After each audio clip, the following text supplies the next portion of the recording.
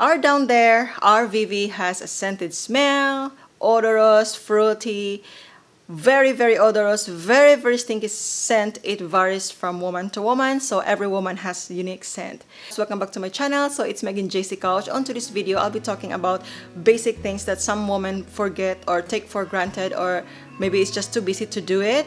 So I'll be talking about this topic, which is the feminine hygiene. And if you don't like this topic, you are free to press the X button or skip button, and I respect you. I respect because not everybody is open on this kind of topic. So yeah, you can hit that X button. But if you're open-minded and just want to, share thoughts with me, then you are free to watch. So where I'm going to start, I am not a gynecologist, I am not a doctor, I am just a registered nurse, so I'll be sharing a little knowledge based on my experience. Going on to the topic, vaginal pH is the most common reason that we women experience discomfort, itchiness, and some other problems. When our vaginal pH is imbalanced, this could lead to many problems like itchiness, dryness of the vagina, discomfort, a lot of discomfort, and odor. The worst is the odor. So how are we going to prevent this odor if you have a problem down there?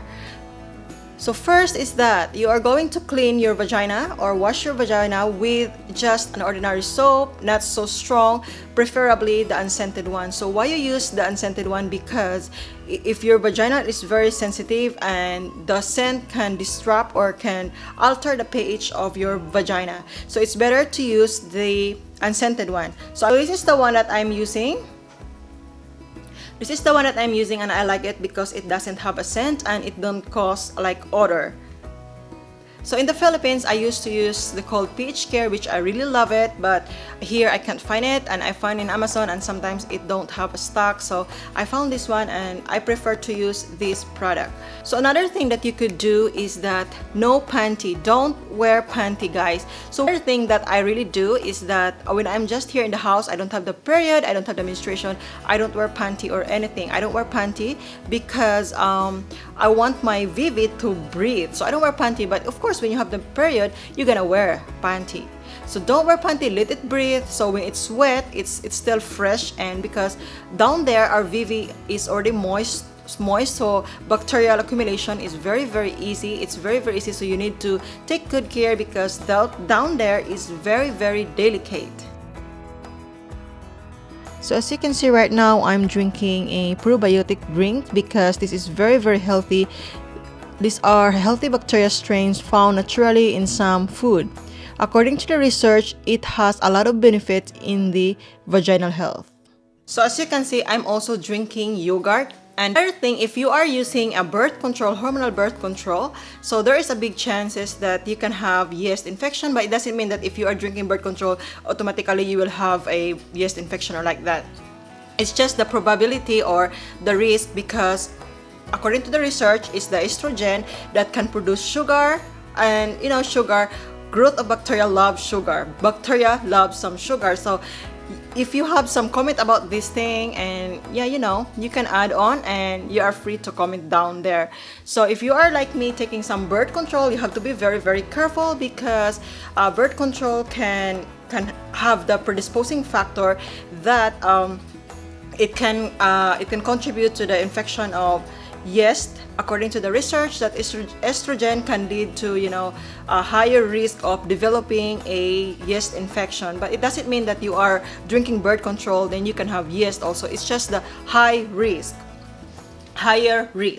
If you want to really take care of your vagina, please watch your diet, because the more you eat fried foods, junk foods, the more, if you're going to smell your underwear, the smell of your discharge is totally different from eating just vegetables, fruits. So you notice that one when you're going to pee, you notice that there is not even scent even in your pee. So, and if you also like drinking coffee, make it sure to hydrate yourself, because coffee can make your down there a little bit stinky because of the coffee. And if you notice, even your pee, it smells like a coffee. So you better hydrate yourself and flush out those, and you won't be stinky. You won't be stinky. You are really, really confident to your partner, and you know, you're very confident when you're down there is clean and having a nice scent. So you be careful on your diet, because some of the diet really can cause odor. And if you're eating really, really, oh, maybe I may have yogurt on my, okay. So, and if you're eating really like a strong odorous food, then it will also goes into your discharge, if you've noticed. And so this is very, very important topic too, is that when you have menstrual period, the pH of your vagina is very different and it has really a smell.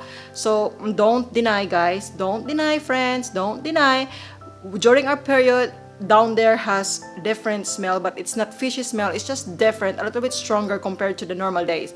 So when you have the menstrual period, please don't forget to change your pads, change your underwear, and wash your down there. So how I do it is that I also use the same, like what I've shown you earlier, Summer's Eve. So I also use the unscented product, and then of course sometimes I just do the running water and, you know, wash it there and dry it before putting back some napkins, or before putting some panty or underwear onto us. So there is no bacteria that can accumulate there. If there is, it is very, very less.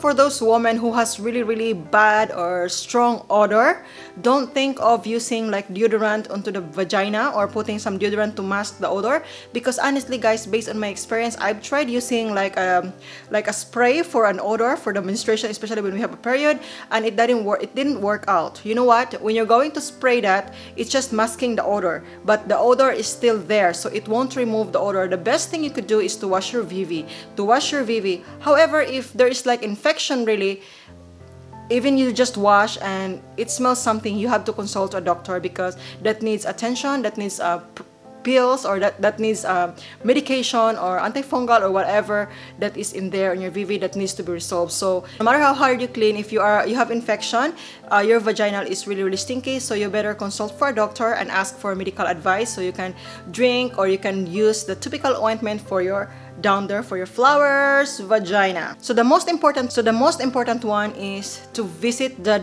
gynecologist or your doctor. Visit to your doctor. Wake up, guys, wake up. Wake up, wake up, wake up. So honestly, I have to be honest, some women are scared to go to a doctor. They are like shy because, you know, they open their legs and they overgeneralize that, oh my god, the doctor can see my VV, my down there, oh my god, I have to shave, whatever. You are overthinking. You are overly thinking. Doctor don't think about those things. They've seen a lot already, and that's just normal. So why not go to a doctor? What I could suggest is that once you started doing sexual intercourse, please visit to a doctor, visit your gynecologist, because it's very, very important. It's very, very helpful, especially doing pap smear at the early stage. Do that, guys, because it could help you, and don't overthink about it, because it's just normal thing. It's just normal thing. So gynecologist, visit to a gynecologist. So if ever you have a symptoms, you have like STDs, it will be cured right away. You don't have to suffer with this stinky thing, fishy thing, odor thing. You don't have to suffer. But if you're just like normal, like me, like nothing, no STD and thing, then you can prevent the smell. But if you think that even if you are washing, you're taking a bath, and yet you are still very stinky, there's something wrong in you. So that means you need a medical advice, or you need a doctor's visit. Don't be scared. It's just normal, and every woman that is having a sexual relationship already should go to a gynecologist for early detection and prevention of certain STDs and some diseases. I've said a lot already, so I think this is what I can share, because the reason I'm bringing up this topic, because this is just like a very, very basic problem, but it seems that it's being taken for granted, and some women are just shy to voice out, and maybe it's because of their culture. I don't know about it. Maybe it's because of their culture, or maybe it's just lack of, you know, a health teaching or whatsoever. So we need to be open-minded, and we need not to forget our down there, that if we take good care on our skin, especially guys, if you take good care on your skin, if you like moisturizer onto your skin, your down there needs some moisture too, and needs some moisture too. That is the reason, guys, that you're going to hydrate yourself. If I have not mentioned a while ago, I have to repeat. That is the reason that you're going to hydrate yourself, because your down there would be dry if you don't hydrate yourself. It's just like putting a moisturizer moisturizer, your labia minora and labia majora will be dry. Once that will be dry, that could cause the imbalance of the pH and it could cause dryness. And if you're having a partner and you're doing, romantic things there,